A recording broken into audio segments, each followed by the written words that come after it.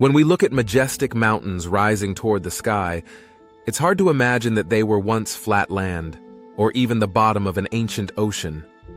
Mountains seem eternal, immovable, and timeless, yet they are living structures constantly shaped by the incredible forces within our planet.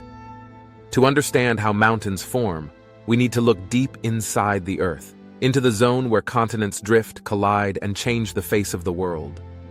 If you enjoy this educational content, please like, subscribe, and share this video with your friends. The outer shell of the Earth, called the lithosphere, is divided into enormous fragments known as tectonic plates. These plates move slowly, only a few centimeters per year, but their power is immense. When two plates collide, one may slide beneath the other, or both may crumple and rise upward. And that's how mountain ranges are born. Mountains aren't built from the outside. They're uplifted from within, sculpted by compression, bending, and breaking of the Earth's crust.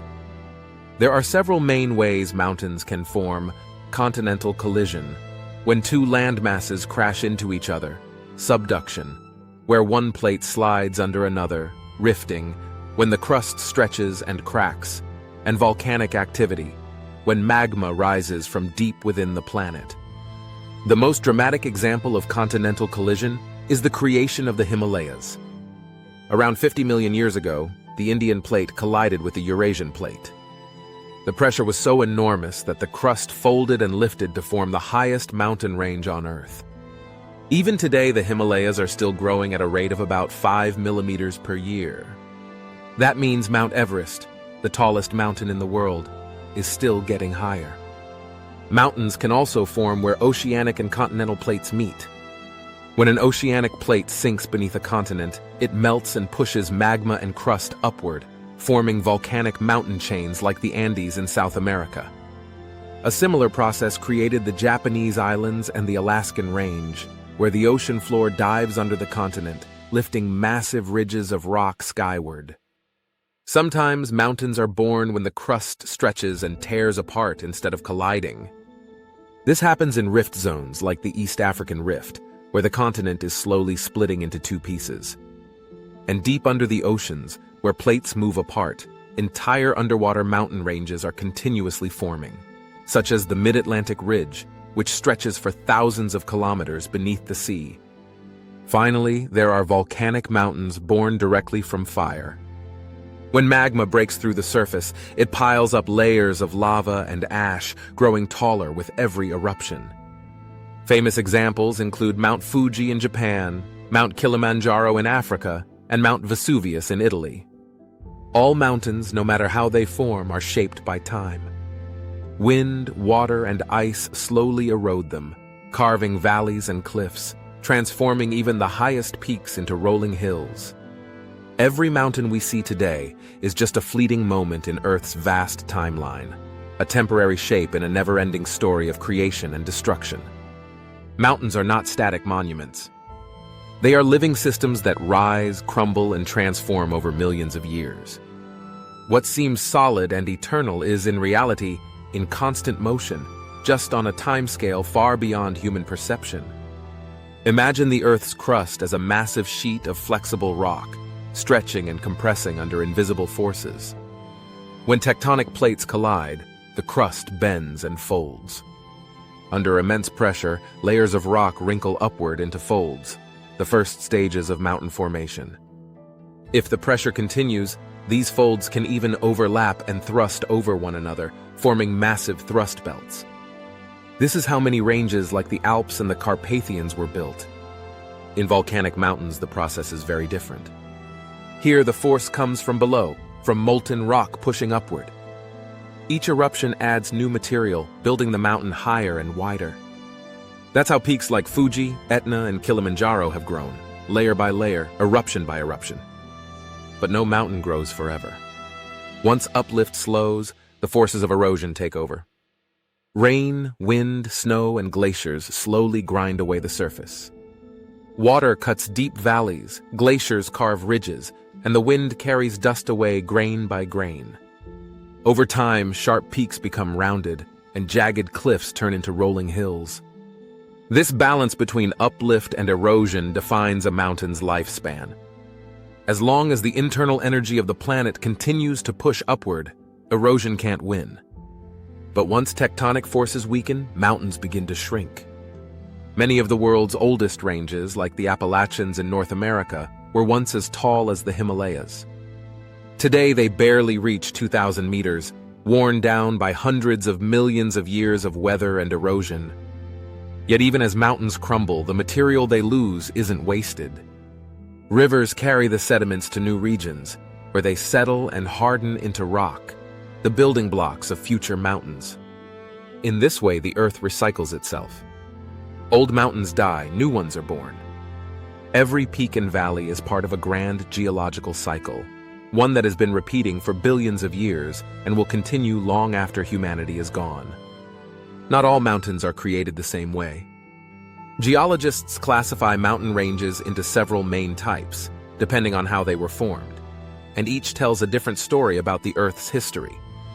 The most common are fold mountains. These form when layers of rock are pushed together and bend under immense pressure.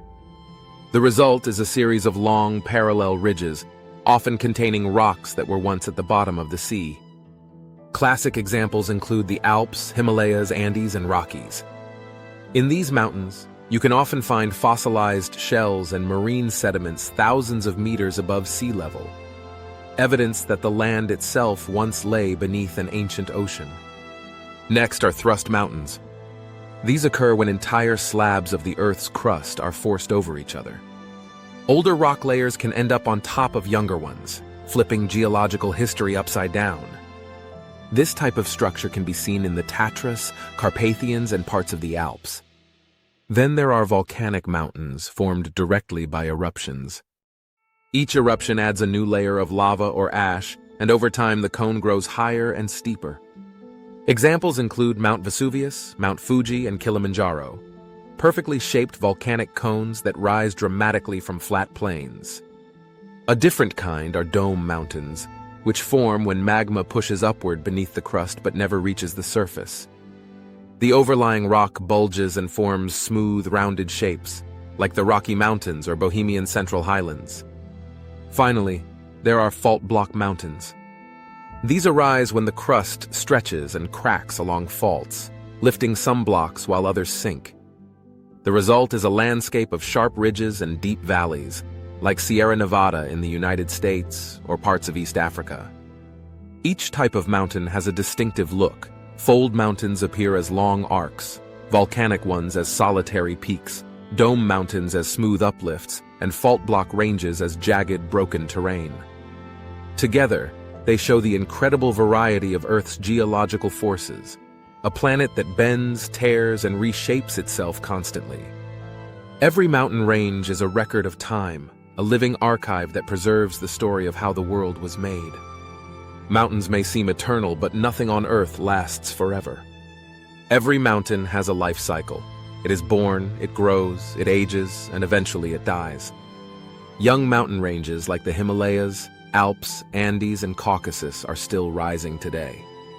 In the Himalayas, for example, the Indian plate continues to push into Asia, making the range grow by about 5 millimeters per year.